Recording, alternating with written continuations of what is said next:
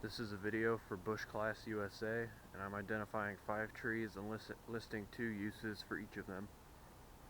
Look in the description for summary information if you don't want to watch the whole video. The first tree is white oak. I can tell it's white oak because it has platy bark,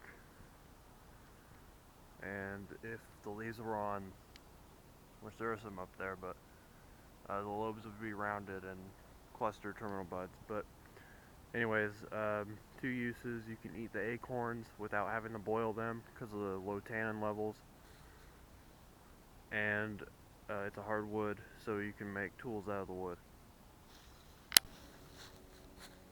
The next tree is American beech. I can tell it's American beech because I'm not even going to get into the buds and leaves, but the very, very smooth gray bark kind of reminds me of an elephant leg, and people like to ride in them all the time. But yeah, the smooth gray bark, distinctive branch scars like that when they drop their branches. 2 uses: you can eat the beech nuts and you can use the bark to make baskets. The next tree is black cherry. You can tell it's black cherry because it has really dark, slightly flaky bark. And uses: if you can reach them, you can eat the cherries when they're in season. And it's a hardwood, so you can make tools out of them. The young black cherries grow decently straight, and I've made a bostaff out of them before, and worked really well. Smacked it against another tree full force and it didn't break.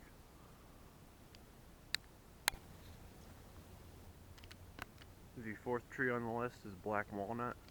This is a pretty irregular looking black walnut, but it's still black walnut.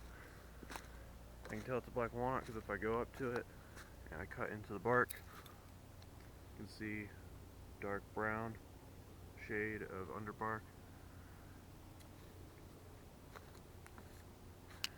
And if it were the season for the trees to have leaves, then it would be pinnately compound, and sometimes you can see walnuts on it. That helps too. So 2 uses: you can eat the walnuts, and you can also use the husks and throw them in with some water and mash them up, and that takes the juglone out of them, a chemical that is in them and helps them compete better and grow better, kind of an exclusion chemical when it colonizes new areas and whatever. Helps walnuts grow alone. But anyways, so it's chemical. It extracts it, makes a solution of it, and you can dump that bucket that you now have into the ground, and it'll make all the worms bubble up to the surface, and you can get bait that way. So the last tree on my list, this tree, that tree, that tree, that tree, that tree, not that tree, a lot of trees in here. It's eastern white pine. I actually have 4 uses for this, but first I know it's eastern white pine because it has 5 needles per fascicle, and the needles are pretty bendy. So the first use: you can dig into the bark and eat the cambium layer. It's called bushcraft bacon. It's basically, the cambium layer is the layer that grows between the xylem and the phloem, if I'm remembering correctly. What you do is you remove the outer bark and you get in there and you just peel it out, and then you fry it up.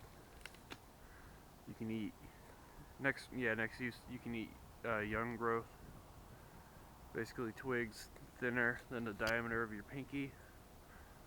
It's kind of a last resort, but yeah, you can eat those. You can boil the needles to make pine needle tea. And the last use is you can use the wood, since it's a softwood, you can use it as a hearthboard for a friction fire. So that was my 5 trees and some bushcraft uses.